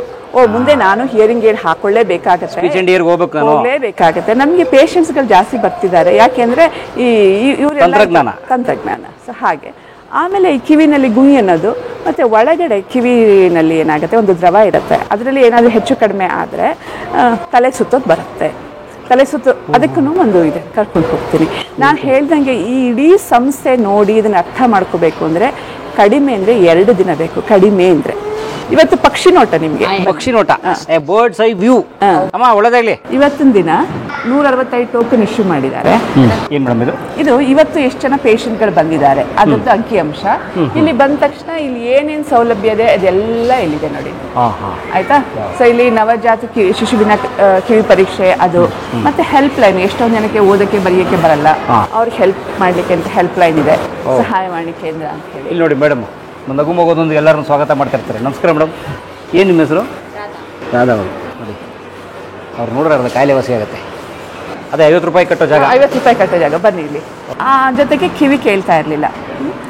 ಬೇರೆಯವರಾಗಿದ್ದರೆ ಈ ಮಗು ನಮ್ಗೆ ಬೇಡ ಅಂತನೋ ಇನ್ನೇನೋ ಮಾಡಿಬಿಡ್ತಿದ್ರು. ಅವ್ರ ತಂದೆ ತಾಯಿ ನಿಮ್ಹ್ಯಾನ್ಸಿಗೆ ಹೋಗಿ ಅಲ್ಲಿ ಒಂದು ಶಂಟ್ ಅಂತ ಒಂದು ಹಾಕ್ತಾರೆ, ಅಲ್ಲಿಂದ ಒಳಗಡೆ ಇರೋಂಥ ದ್ರವನೆಲ್ಲ ತೆಗೆಯುವಂಥದ್ದು. ಅದೆಲ್ಲ ಆದಮೇಲೆ ಕಿವಿಗೆ ಮಿಷಿನ್ ಹಾಕ್ಬಿಟ್ಟು ಅವಳನ್ನ ಇಲ್ಲಿ ಕರ್ಕೊಂಡು ಬಂದರು. ಬಹುಶಃ ನಮ್ಮಲ್ಲಿ ಅವಳೊಂದು 3-4 ವರ್ಷ ಇದ್ದು ಅವಳಿಗೆ ಮಾತೆಲ್ಲ ಹೇಳ್ಕೊಟ್ವಿ. ಆಮೇಲೆ ಡಿಪ್ಲೊಮಾ ಎಲ್ಲ ಮುಗಿಸ್ಕೊಂಡ್ಳು.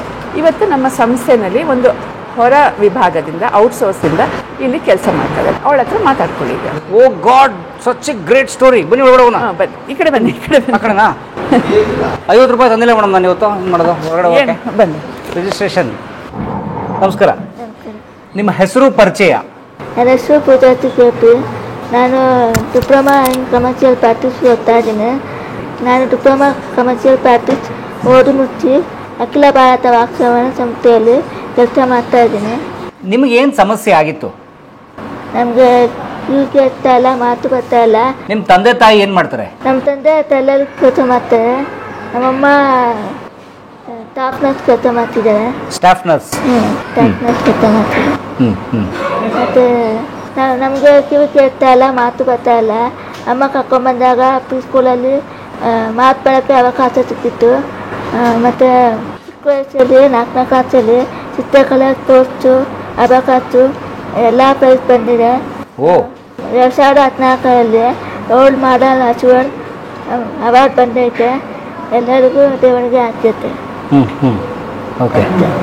ಈಗ ಇಲ್ಲಿ ಜಾಬ್ ಮಾಡ್ತಾ ಇದ್ದೀರಾ? ಇಲ್ಲಿ ಜಾಬ್ ಮಾಡ್ತಾ ಇದ್ದೀನಿ. ಹೇಗಿದೆ ಕೆಲಸ? ಚೆನ್ನಾಗಿತ್ತು. ಚೆನ್ನಾಗಿದೆಯಾ? ಚೆನ್ನಾಗಿತ್ತು. ಇಲ್ಲಿ ನಿಭಾಯಿಸಕ್ಕಾಗ್ತಾ ಇದೆಯಾ ನಿಮಗೆ ಇದೆಲ್ಲ?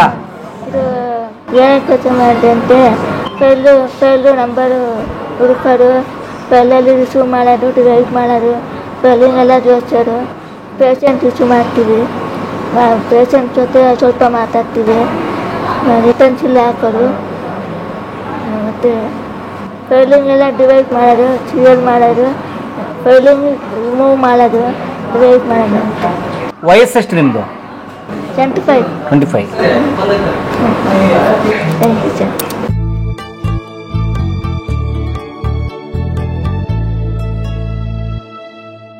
ಕಲಾ ಮಾಧ್ಯಮದ ಎಲ್ಲಾ ಎಪಿಸೋಡುಗಳು ನಿಮಗೆ ಸಿಗಬೇಕು ಅಂತಂದ್ರೆ ಕಲಾ ಮಾಧ್ಯಮ ಯೂಟ್ಯೂಬ್ ಚಾನೆಲ್ನ ಸಬ್ಸ್ಕ್ರೈಬ್ ಮಾಡಿ, ಬೆಲ್ ಐಕಾನ್ನ ಕ್ಲಿಕ್ ಮಾಡಿ, ತಪ್ಪದೇ ಮಾಡಿ. ಈ ವಿಡಿಯೋ ನೋಡಿದ್ದಕ್ಕೆ ನಿಮಗೆ ತುಂಬಾ ಧನ್ಯವಾದಗಳು. ಪುಸ್ತಕಗಳನ್ನ ಓದಿ, ಓದು ಮನಸ್ಸನ್ನ ಅರಳಿಸುತ್ತೆ, ಬುದ್ಧಿಯನ್ನು ಚುರುಕು ಮಾಡುತ್ತೆ, ಕಾಣದ ಹೊಸಲೋಕವನ್ನು ಪರಿಚಯಿಸುತ್ತೆ. ಹಾಗಾಗಿ ಓದಿ, ಓದುವ ಸಂಸ್ಕೃತಿ ಹೆಚ್ಚಾಗ್ಲಿ. ಧನ್ಯವಾದ.